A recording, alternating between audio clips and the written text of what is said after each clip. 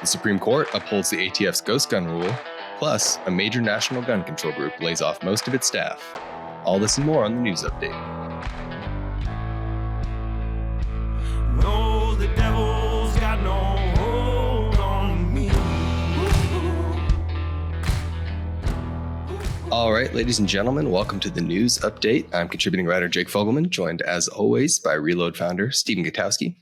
The reload.com, of course, is where you can head on over today to sign up for our free weekly newsletter. It'll keep you up to date on all things happening in the world of gun politics and policy.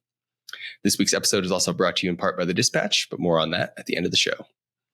To kick things off for this episode, of course, the big news this week was that we had a Supreme Court decision in a long-awaited case dealing with one of former President Biden's ATF rules, going after so-called ghost gun kits or unfinished firearms, self-built firearms. And the Supreme Court delivered a opinion that actually said that that rule was a proper interpretation of federal firearm statutes. Yeah. This goes after more the makers and dealers of these kits than the people who build their own firearms at home. That doesn't necessarily touch, your hobbyist, or somebody who's used a kit to build a gun, necessarily. I mean, this is more about commercial regulations that this case surrounds. And so, people like Polymer 80, although this is one of the interesting twists of this whole case is that it really centered around this company that doesn't exist anymore. Right. Polymer 80 went out of business. They shut down last year, I believe it was. But it was their buy, build, shoot kits that the court really focused pretty much all of their attention on in this case. And we're going to get into it deeper with David Kopel from Independence Institute, Second Amendment scholar. Actually, one of your coworkers, or I guess higher ups at Independence Institute, where you do energy policy in addition to writing for the Reload, right? Yeah, that's right. He's our colleague and the research director there at Independence Institute. He's been there for a long time.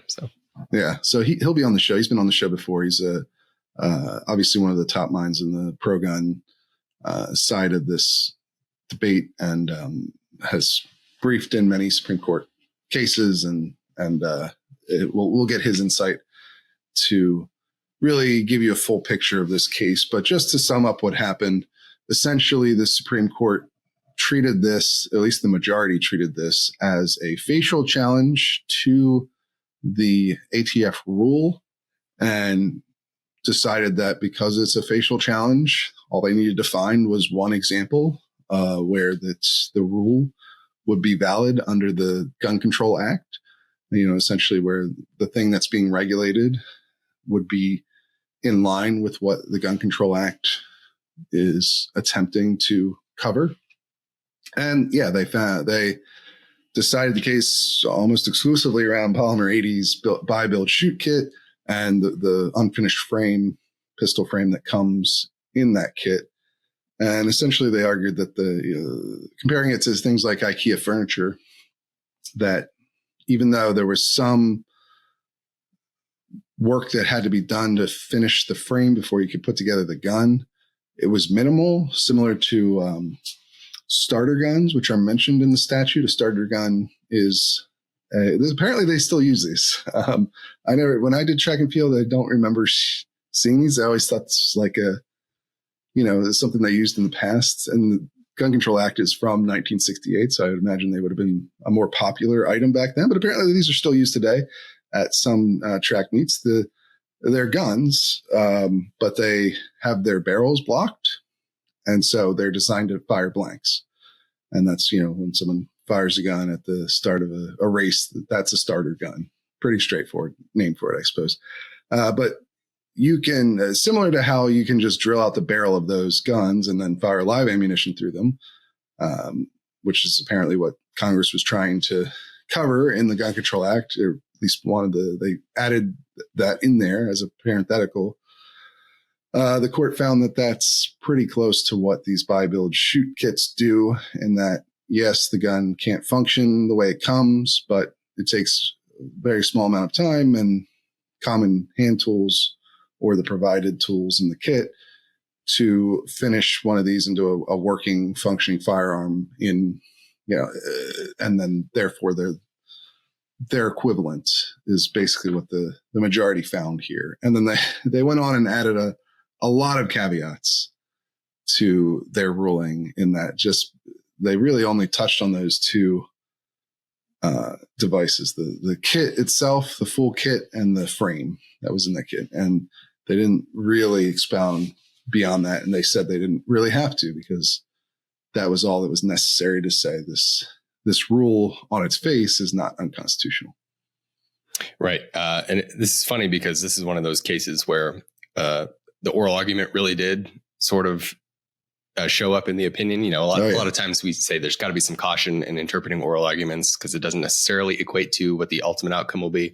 In this case, it was almost spot on, except maybe Justice Gorsuch, being the one delivering the opinion, could be a little bit more surprising. But in terms of the actual arguments presented, it sounded very much like what was being discussed at the oral argument. And even the Justice Kavanaugh concurrence that he filed in this, where I remember during the oral argument, he seemed very concerned about ATF going after hobbyists and enforcing this rule pretty aggressively. And the government solicitor in that case said, "Oh no, we will give you some assurances. We're not going to just arbitrarily start enforcing this thing." And that's what he included in his concurrences. That's why I got on board, is because they told me it was okay. He seemed convinced by that. So So I just thought that was notable.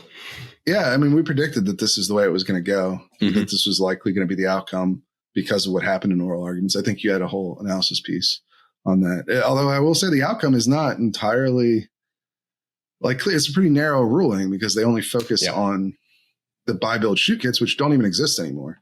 You can't buy those. Polymer 80 doesn't operate. I'm sure you could probably buy something similar maybe out there. The concept is still in the air, although I don't know that you see them much anymore if you go to a gun show or gun store or anything. So, but beyond those kits and that one particular frame that Polymer 80 sold, what does this reach? We don't really know, because the court didn't bother to answer any of those questions. And so it leaves open a lot of possibility for as applied challenges here. Basically, there's really no hard line between what is and isn't a regulatable frame or receiver under this rule, or under this ruling. Under the rule, there's also not necessarily a clear line, which was one of the problems that people cited when they sued over this rule. But so it basically be up to the ATF and how it wants to enforce this, and future courts and how they view where the line is after this ruling, because the ruling is essentially that the ATF can regulate some unfinished parts, but we don't really know which ones or where the line is. So, it resolves the biggest picture question of whether this rule should be completely thrown out, but doesn't resolve a lot beyond that. Right. And it's certainly a lot is still up in the air as to what the Trump administration is going to do with this rule. It didn't intervene, obviously, before a decision was reached, as some maybe were hoping that it would do. But he kind of promised to do that, right? Well, he did. He didn't promise to intervene in the case. This is where it gets a little bit interesting, right? As far as the politics of this, because Trump himself promised back last February when he spoke to the NRA in Pennsylvania that he was going to roll back all of the Biden rules that affect gun owners and manufacturers on his first week in office, right? And this obviously is pretty clearly one of them. There were only a couple of rules that they actually were able to get through during those 4 years of the Biden administration. And this one, so he didn't specify exactly which ones. He just said all of them. And so far, they haven't rolled back any of them. And this was the most time sensitive one because it had already gone through oral arguments. And I'll ask Dave Kopel what he thinks about what they could have done here. But presumably they could have started the rulemaking process to undo the current rule before this ruling came down, and then submitted a brief to the court and said, hey, we're reconsidering this whole thing. They've done this in some other cases, right? Not necessarily with rulemaking, but they've done some other cases where they're like, hey, we want to reconsider our position. Can you delay for 30 days? And they just didn't make any attempt to do anything in this case. They kind of just let it play out. I don't know whether they, how the court might have reacted if they tried to do something. And that's where we'll ask Copel some more on that. But they didn't try to do anything. And I feel like they probably could have at least made an attempt to prevent this ruling from coming down, especially given, like we said, it was pretty clear the court was going to side with the ATF in this case after oral arguments. So, not doing anything, I think, sends a message. Now, how they proceed from here will also be interesting. And that's another area where maybe David can give us some insight too. Can they still go through with new rulemaking and try to undo this now that the court has said, actually, this is the right interpretation? Again, the court's ruling here is pretty limited, so maybe they can still, try to work around that. Will they make this an enforcement priority at the ATF, regardless of whether or not they try to change the rule? These are the questions that you would that remain on how the Trump administration is going to handle it. Yeah, absolutely. But to learn more about that, listeners should obviously tune in to that interview with Dave Copel. It's available for members on Sunday and for everyone else on Monday. So be sure to check that out. Getting into another story this week, you had a piece about the current state of one of the bigger, or at least more well-known gun control groups in the country. March for Our Lives was formed by Parkland school shooting survivors in 2018, and it collected millions and millions of dollars in donations, and obviously organized all those big marches that took place all around the country in the aftermath of that shooting. Well, they've since appeared to have fallen on hard times and have laid off the bulk of their staff. Yeah. We've talked a lot about the decline of the NRA over the last several years here, and actually may have more on that in the next week, perhaps, as we gear up for their annual meeting in Atlanta, where they still have not announced, speaking of Donald Trump, that he will be there. He's gone to every other one since he started running for president, so that'll be something to watch. But the other side of the aisle here is not immune to struggles as well. The March for Our Lives has been one of the most prominent gun control groups in the country since its founding, in the wake of the Parkland shooting. And honestly, the one that's been able to, at least briefly, actually deliver grassroots mobilization, right? Those marches in 2018 were huge. Right. I was at the DC March. I covered that for the Washington Free Beacon at the time, but, it was a very large mobilization, probably the biggest gun march in the country, the last, gun related one, in the last decade plus. Right. And so, they had a lot of grassroots momentum very early on, but, as, can happen with groups like this, especially groups that are founded around very young people whose lives often move in different directions. And there have been a lot of internal struggles over the years. And then some of them getting upset at the group or other members of the group and leaving, or some of them just growing beyond what March for Our Lives, does. And David Hogg would be obviously an example of that, where he, went into having a career in politics and now is one of the vice chairs of the DNC, right? So he's not at March for Our Lives anymore, though he still seems to carry the same political views. But this group has remained nationally relevant, but they've never really grown into a sustainable nonprofit, it seems like. I mean, clearly, right? Because they're laying off almost all their staff now. I think they laid off 13 of 16 full-time staffers that they had there. They're swapping out their executive director.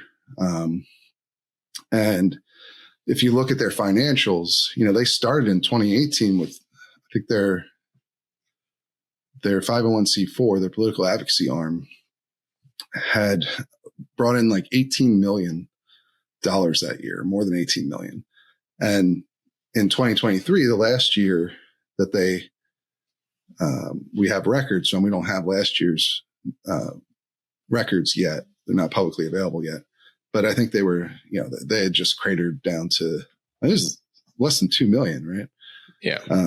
They have two groups. Most of these organizations, that's another thing. Like most of these organizations, the NRA or Everytown, they have a collection of groups so that they can be more flexible in how they use the money they bring in, right? Because there's rules around all these different groups, 501c3, 501c4, PACs, super PACs. There's different rules around it. March for Our Lives only ever had two, a 501c3 and a 501c4. So foundation arm that's non-political and then a political advocacy arm that can't like donate to candidates or things of that nature. So, it never really fully matured into one of these larger groups, even though it kept a national profile. And the other thing I think it struggled with is their approach was further to the left than most of these other even gun control groups, right? After they organized that march, they did put together a policy platform, but it was one that included essentially trying to through voluntary and mandatory buybacks, remove 100+ million guns from American civilians, right? Which is a very bold, certainly, but pretty far left position as well. And then they also got very deep into intersectionality, right? Where they're very often collaborate with other left-leaning groups and, get tangled in a bunch of issues that don't have anything to do with their core message. We talked about this with groups across this space, whether it's the NRA or Everytown or March for Our Lives. But that was definitely something that March for Our Lives really leaned into pretty often. And then I just think they never really had a lot to show. They had it outside the initial moment where they had a lot of public support and they organized those marches and they were part of getting a number of gun restrictions passed in Florida, which still stand today, right? The age limit on, for all gun purchases, which we just talked about, right? In the 11th Circuit case, and the red flag law. And those are still there, even though they got them passed through a Republican legislature, and they've maintained them through as Republicans have taken even deeper control of Florida. So, they definitely had that initial success of these big marches and legislative success, at least in Florida, although it never translated to national success as far as legislation goes. And I just think they never were able to show that kind of muscle again. And, donors seem to have been shying away from them since then. And maybe moving their money to Everytown or Giffords or one of these other groups that are more, I think, politically relevant. If that makes sense. Like they're more politically connected, certainly with the Democratic mainstream than March for Our Lives ever was. March for Our Lives was always more of an insurgent group from the outside of the Democratic Party. Although, like I said, some of their leaders have been co-opted into leadership in the Democratic Party. So they certainly have had successes. It's just even from the very beginning, they've been declining in support and in ability to mobilize people. And now they've been running in the red the last several years. And I guess it was just too much at this point to keep doing that. And so they're laying off people, becoming more or less a zombie organization at this point. Like they just slashed all their staff.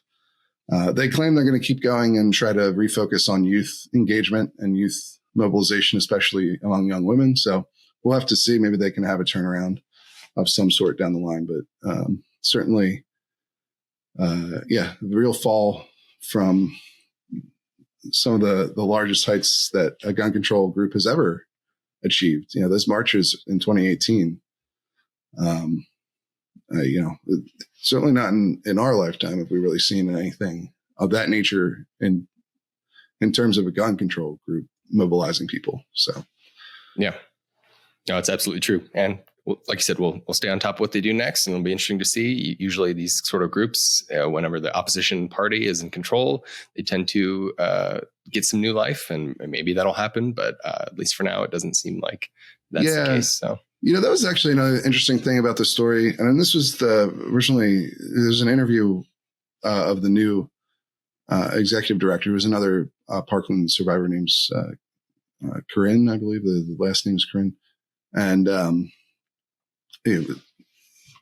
she was framing it as, after Democrats lost the 2024 election, that really hurt their fundraising. And, that was like, I guess, the straw that broke the camel's back sort of situation. And I could see that, very early on in at the end of the Biden administration, the beginning of the Trump administration, Democrats and their donors were very demoralized for losing that race. And I'm sure they did take a hit for a little while to fundraising. But to me, it just kind of, that doesn't make a lot of sense overall, because now they're energized again. You've seen certainly in a number of ways across the country. And like you said, usually when you're the out group, when the party you support is out of power, there's going to be more fundraising because there's going to be more urgency among your donors to give you money to fight, whatever your opposition is doing. And so using that as the excuse for why the group has fallen apart doesn't make a lot of sense to me. I think it looks more like they've had years of decline, and it just got to the point where they couldn't maintain that anymore. Because I'd be more worried if I was like the NRA going into a Trump administration about fundraising than I would be as March for Our Lives or Everytown or somebody like that, because the structural aspect of political fundraising is that, you raise more when you're out of power. That's just reality. And then you try to translate that into results when you're in power, right? So if you're a gun control group right now, you'd be worried that there's going to be, policy changes that you can't control and don't like, but you should be able to fundraise off of those things. Whereas the opposite is true for, the NRA and gun rights groups, where you may not have as many people interested in giving you money because they're not as concerned about what's going on, but you should be able to achieve some policy goals that you have, because your side is the one in power. So, so I thought that was kind of an interesting excuse that they had. Like, maybe, I could see very momentarily there being a dip in enthusiasm and donations to March for Our Lives after the 2024 election. But, that the only way that leads to layoffs is if you're in a very precarious position to begin with, because you should understand that fundraising is likely to come back very quickly, depending on, how people perceive the new administration. But so, anyway, just a thought I had on that. When I read that, I was like, I don't think that's it. I think you had structural problems at your group for a long time now. Yeah, absolutely. But getting into another story we have this week, an interesting federal ruling. Actually, is kind of a one-of-a-kind ruling, at least over the last decade.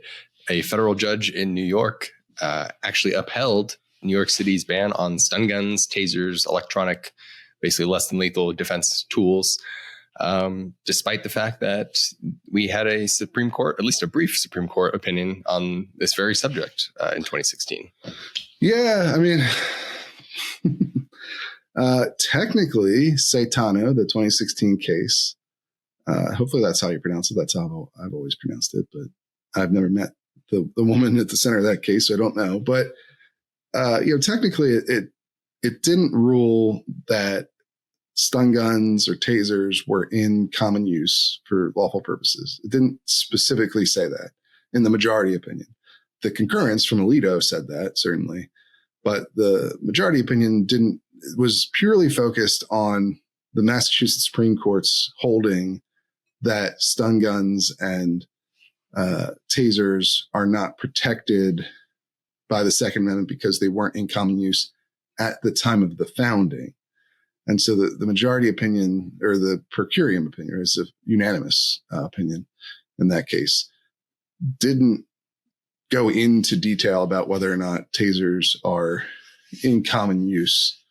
It just talked about them being the fact that they weren't available at the founding not mattering, right? That they're emphasizing a point that they made in Heller, that it's I think they called it nearly frivolous, like basically the concept itself that if a gun didn't exist at the founding, it's not protected by the Second Amendment, was a laughable argument.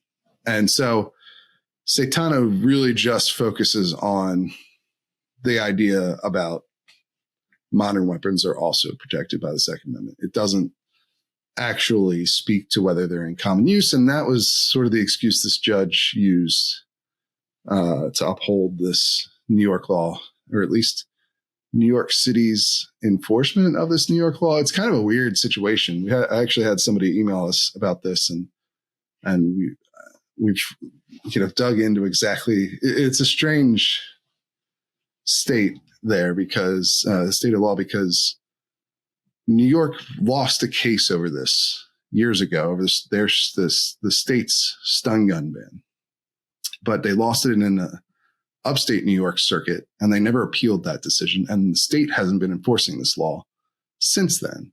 However, in New York City, I guess the city government has been enforcing this law, and they claim to not be bound by that ruling in the district that was upstate because it doesn't cover New York City, and New York never repealed their law. So that's why we have this case at all, right? That's my understanding. Does that make sense? Is that? Yeah, there's sort of a legal weird gray area. And like you said, New York has a statute that bans at least the possession of stun guns. New York City also has like an ordinance that I think deals with sale. And so collectively they get put together in New York City, at least, to just do a flat ban on stun guns. And like you said, there was a federal ruling in upstate New York in 2019 that struck down the state law. But it's never been repealed. And then New York City is still enforcing the restrictions in the city. And so that's where you get, like you said, this sort of weird gray area mix case. Yeah. And so this is the first judge we've seen uphold a stun gun ban since Saitano. And, it seemed like he was kind of, a big part of his ruling hinged on the fact that there wasn't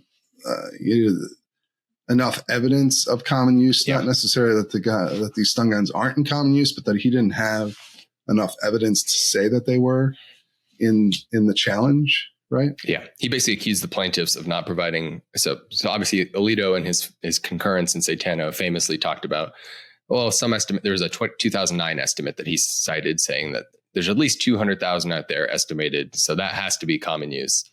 Right. And the judge in this case, essentially chastised the plaintiffs for not trying to do something similar here. In this case, provide their own similar count or estimate of how many of these are actually in circulation. So he basically said, how am I supposed to determine that these are in common use if you haven't given me any evidence? Therefore, I'm not going to. And it's and he basically said that you can't rely on that Alito citation because he said concurrences aren't binding precedent, so it doesn't matter anyway. Yeah, that's something we've mentioned before, that people talk about that 200,000 number as though it's the court precedent, and it's really not. It's just the concurrence from Alito in this stun gun case. And although a lot of other judges, I think, have been okay to go off of that.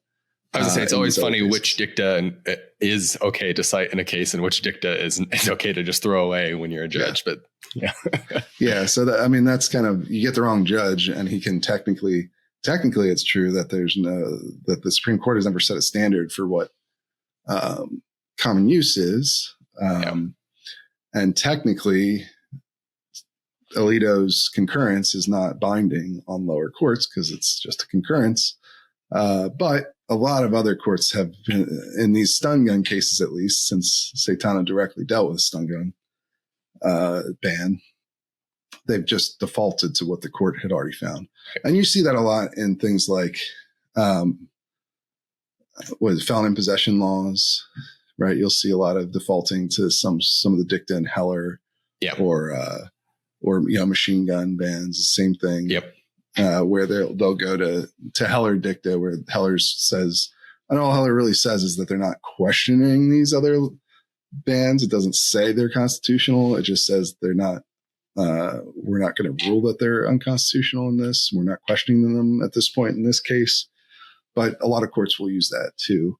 So anyway, it's always good to be aware of exactly what the situation is, what is binding precedent and what's just dicta that a lot of courts will still use as influential. So this is certainly an example of that. It'll be interesting to see what happens with this case, because I would imagine once you present stun guns, I would be feel very safe wagering there's far more than 200,000 of them in circulation in the U.S. You can buy them on Amazon. So, I don't know if there's an appeal and you just present some evidence of how many are out there. Maybe that will change the outcome of this case down the line. But it was unique because it's the first one to say, actually, I'm not going to strike down this ban because, even despite what happened in Satan. Yeah, definitely an interesting outlier ruling. Getting into some of our newsletter links this week, we have a couple dealing with some interesting developments at the DOJ. First, coming some more rumors about, I guess, the ongoing status of the ATF, what's going to happen to it. The latest is that there is a memo. Reuters reported this first, that the DEA and ATF, there's apparently talks of doing some sort of a merge between the two agencies. And this is sort of maybe the latest in where the ATF may be merged or not too. Yeah, well, this comes off of I think there's a CNN report earlier that I think over the weekend, but either way, that they were going to reassign 1,000 ATF agents to the FBI. And then ATF came out and said, that's not true. We're not doing that. What we're doing is transferring, 150 ATF agents from different offices to other ATF offices, and they would remain ATF agents, and they'd be reassigned to different tasks like immigration enforcement, but they'd still be ATF agents. So that we had that, and then now you have this report of this memo going around DOJ considering, merging ATF and DEA together instead of merging ATF and FBI, because of the idea that there's a lot of overlap in what the two agencies do. Oftentimes, drug enforcement and gun enforcement overlap because a lot of drug dealers will use guns. Right. Not a wild concept there. And so, there's at least some idea of eliminating redundancies and things like that. Pretty typical stuff, I think, as far as what's being reported, at least on stuff that other administrations have considered before. ATF used to be under the Treasury until 9/11, until the creation of Homeland Security administration, where they were put under DOJ. And so it wouldn't be unprecedented to move them around or merge them with DEA or something like that. And even the Clinton administration had considered doing something along those lines in the 90s. The only thing about this is ATF was moved by statute, right? So presumably you would have to get Congress on board with doing something like this. And I think that would be a hard thing to do in the current Congress, especially how, even more polarized things have become since the inauguration. So I don't know. It could happen. Maybe even they try to do it without Congress. I think they've tried to do a lot of that, right? Just push through things with executive authority. And they've gotten, it hasn't worked a lot of the time. The courts have blocked a lot of these, at least preliminarily. Obviously these things will go through the court system. We'll see, which of these moves are constitutional and which are not. But that's the risk of trying to do it without Congress just reorganizing ATF and DEA, at least officially. You could kind of, we talked about how putting Kash Patel in charge of FBI and ATF foretells like maybe a informal merger of the two departments. I don't know. It certainly looks like they want to do a more formal restructuring of ATF in some way. They are a little, at least the reports we're getting publicly are a bit scattered, right? Like, what are we, they want to do something with it, but it's not really clear exactly what. And then if they try to do it without congressional support, without legislation, it probably wouldn't last, is my guess, but we'll see. Yeah. So that to me is the takeaway. They want to do something. They just don't know yet. But of course, we'll stay on top of whatever they end up doing with the ATF. That's what I've heard from my sources.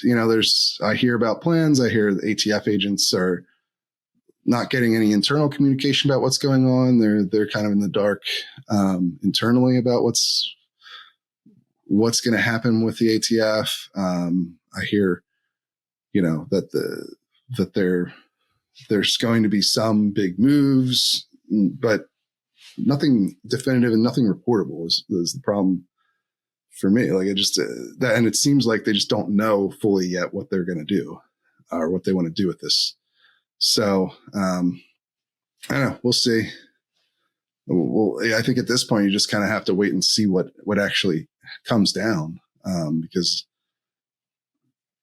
certainly looks like there's a bit of chaos over what exactly they want to do. They want to do something, but I don't know that they're sure of exactly what. In fact, the memo in the reporting on this, Reuters and I think AP also reported on in the New York Times, suggests that they haven't made any final decisions on that memo either. And that was sent out with requests for, comments from the various, leadership at these agencies. So that could easily change before anything gets put into place, put into action. Yeah, good point.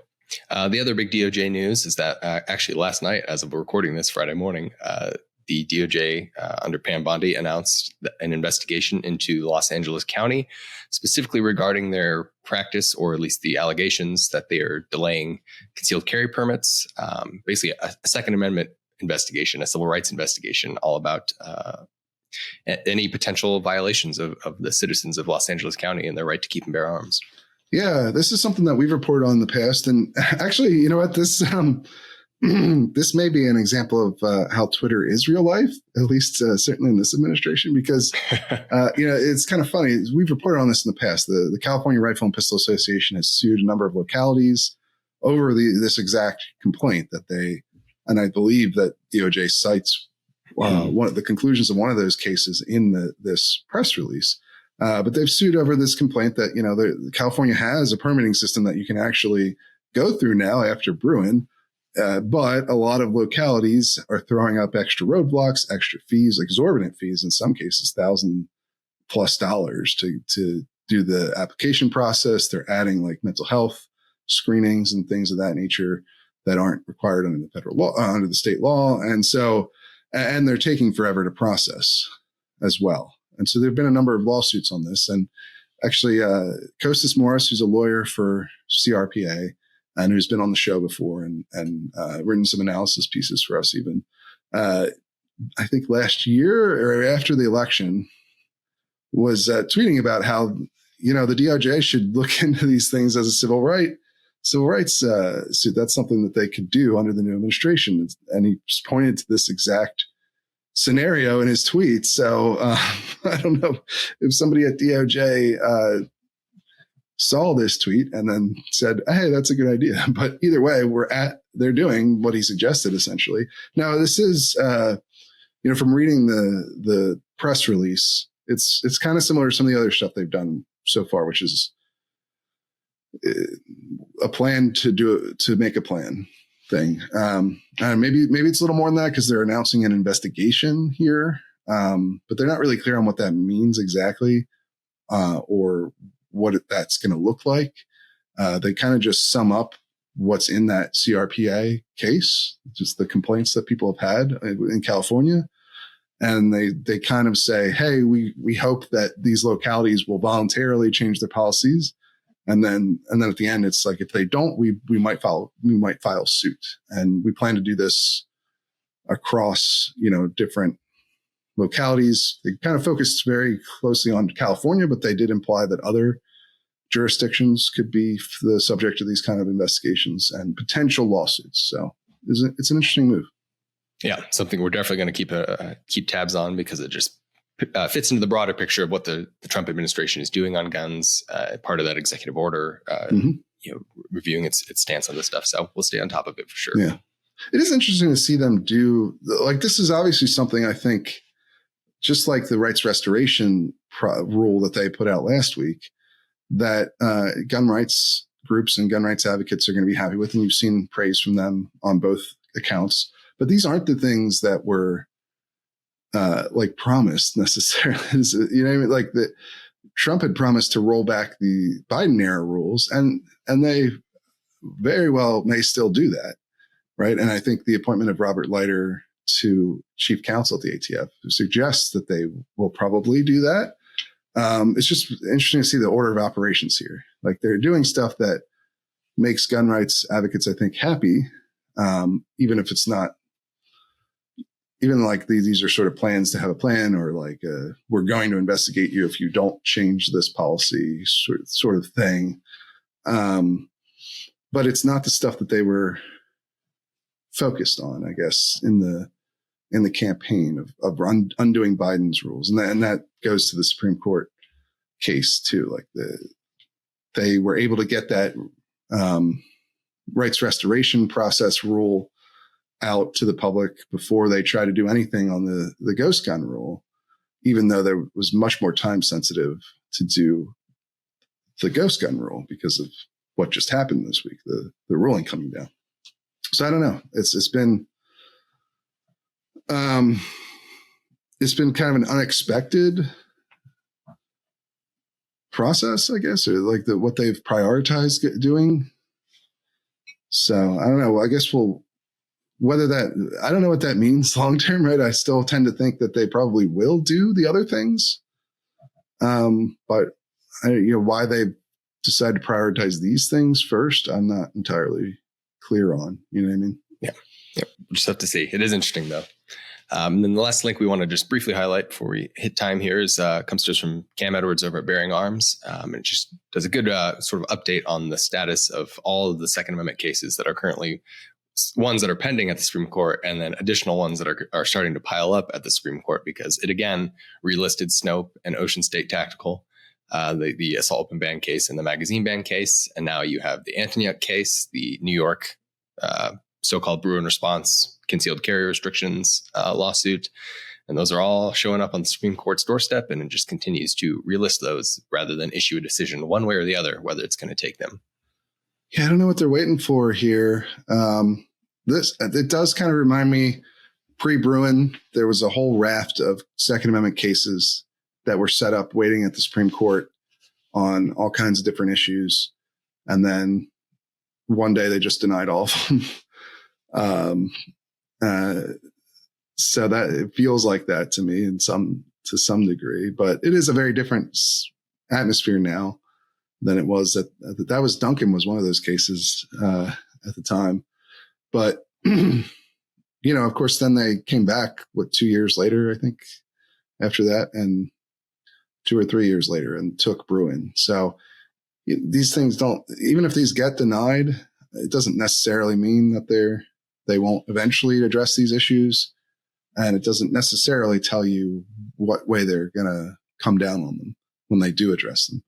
But yeah, it is perplexing. I mean, the court, maybe they're, as I mentioned earlier, there's quite a lot of challenges over all kinds of other stuff going on right now. And a lot of those things will probably end up at the Supreme Court, because the Trump administration seems poised to fight all of these legal rulings against them. So the court may be anticipating that they're going to have to set aside a lot of time to resolve those things. Because the Second Amendment is obviously an extremely important issue, but it's not the only issue that they deal with. And that's my only I don't have any special insight into the Supreme Court and its thinking, I don't think anyone really does. But that could be playing in here. It is interesting that they haven't just denied these already. I don't know what they're waiting for, if that's where they're going to end up, especially Snope and Ocean State Tactical. By the way, I think I made a whole thing about Ocean State and it's Rhode Island, right? And I was like, is that an Ocean State? And then I looked it up after the show, and yes, the whole state is like ocean line. I'm from Pennsylvania, and so once you get north of New York and New Jersey, it's all one blob to me of New England. It's all the same thing in my mind. So I apologize to New Englanders, but I don't see state borders once you get up there, and I don't know where Rhode Island actually is. I'm sure that I came off as pretty foolish to any Rhode Islanders, Ocean Staters out there. But when I looked it up afterwards, I was like, okay, I can see why they call it that. That company name actually makes lots of sense. It's not, Rhode Island is not a state I associate with the ocean, but that's because I go to Delaware and New Jersey, which is probably not most Americans' top ocean destinations either. So sorry about that, Rhode Islanders. But yeah, I don't know why they're waiting so long, and I don't know that we'll ever get an actual explanation for why either. Maybe once they do something, it'll unlock some insight as to why they've done this. But until then, the great SCOTUS watch continues. Yes, we will keep on top of it. All right, well, that's all we've got for you guys this week. I'm going to hand it off to myself to tell you a little bit about the Dispatch. All right, folks, it's time to talk a little bit about the Dispatch, doing an ad swap here between the Reload and the Dispatch. And I think that's fitting because if you like what you're getting from the Reload in terms of high quality reporting that focuses on hard news, you'll probably like the Dispatch as well, because get this, they also focus on high quality reporting and hard news. Now, they are a much broader publication than the Reload. We obviously focus on one specific area, whereas the Dispatch has a much larger team and is able to focus on a whole number of other issues, but still primarily in that national politics realm like we do here at the Reload. But they are one of my favorite publications. I am a paying member to the Dispatch, and so clearly, I highly recommend it. I've been a paying member since they were founded, and I've never had reason to rethink that even once. So they are constantly breaking news stories. They are sending you newsletters on whatever frequency you want. They have quite a variety of them over there. But I subscribe, for instance, to the Morning Dispatch, and I get, I think, a very nice summary of what's really going on from a pretty sober perspective. That newsletter is hard news, and it's focused on it, and I think it's fantastic. But they also, of course, have some of the best commentators, in my personal opinion, over there as well. It was an outlet founded by Steve Hayes and Jonah Goldberg, two guys I've known for a long time. They've been on the Reloads podcast. Kevin Williamson as well has been on our podcast. So you've heard from these guys if you've been a Reload listener for a while here. And, I think you should check out the Dispatch if you haven't already. We have a free trial as well, 30-day free trial for Reload listeners if you want to go over and check out their paid offering, which I think is well worth the money. So I'd encourage you to do that. There's a link in the description of this podcast or on our website if you want to check it out. So head over to the Reload to get that link, or head over to the Dispatch to see what they're all about.